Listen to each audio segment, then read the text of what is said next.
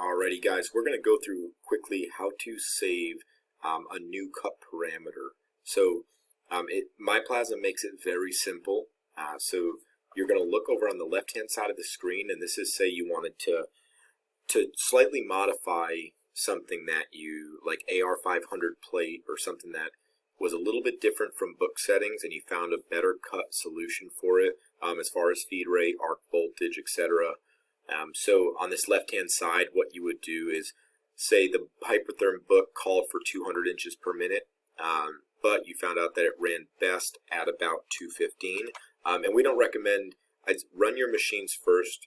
Don't jump straight to trying to tweak and modify these cut parameters until you've run the machine, you've done some arc voltage calibration, and gotten familiar with the machine, and understand that as you change certain parameters, other variables change as well, because some are contingent as the machine is cutting on some other parameters. So say you bump this up to 215, and then right here you have 118 for your, this is going to be a secondary speed, so as the machine slows down to take a different change in direction, that would be when this feed rate is implemented.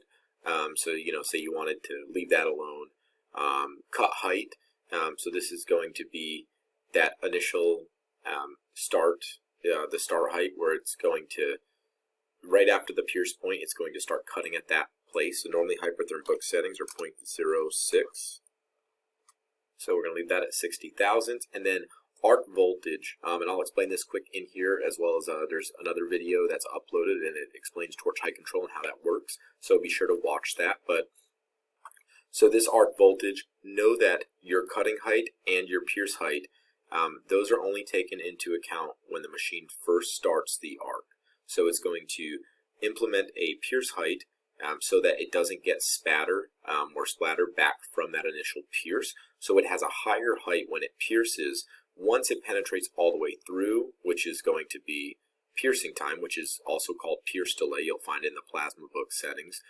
Once that pierce delay is satisfied, it's going to change from pierce height down to cut height. And once it drops down to cut height, now it starts motion. As it starts motion, it takes about a half a second to a second, and then your arc voltage, your torch height control, will automatically kick on and start to calibrate height. Once your height control, this voltage reading, once that is in effect, neither the cut height or the pierce height matter anymore.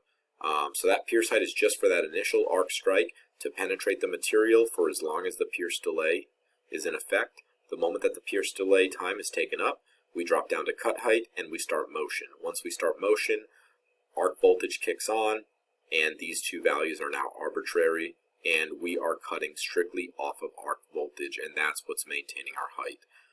So that's very important to know. Be sure to watch the torch height controller, the arc voltage and torch height control video, and that'll explain that a little bit better and give you an example of that. So now the next thing we have here is, like I said before, we have our pierce time or pierce delay. If you notice that the machine starts moving before it's actually penetrated, you can bump this. This is a millisecond, so you can bump it to 1000, give it a second. I'd say that's best.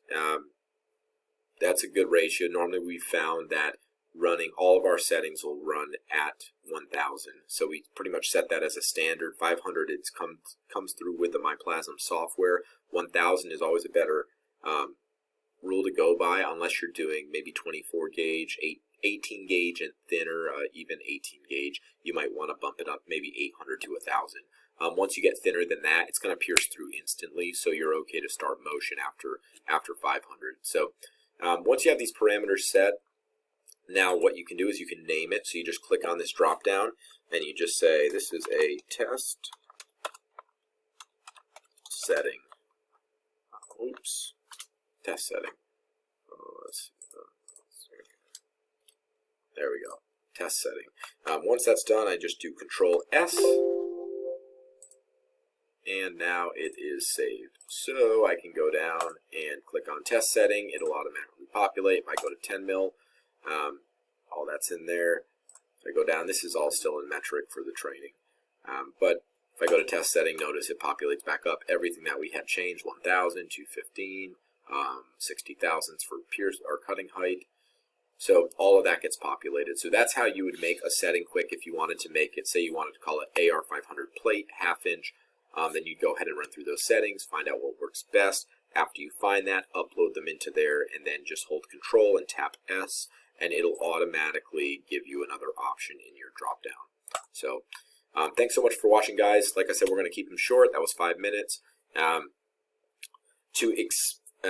Any other videos at all that you have, or any other requests rather for videos that you have, feel free to drop us a line. Jump on your email and type into support@Squickmon's and request a video specifically on what you're trying to do. We're trying to get back to them as soon as we can. We have Brandon. He'll be jumping on there and doing some more videos. So I thank you so much for watching, guys. Feel free to reach out, and we look forward to showing you more on how you can use MyPlasm. And if you have any questions ever on our Art Pro automation software, feel free to reach out, and we can send those and share some videos with you on that. So, all right, we'll see you next time.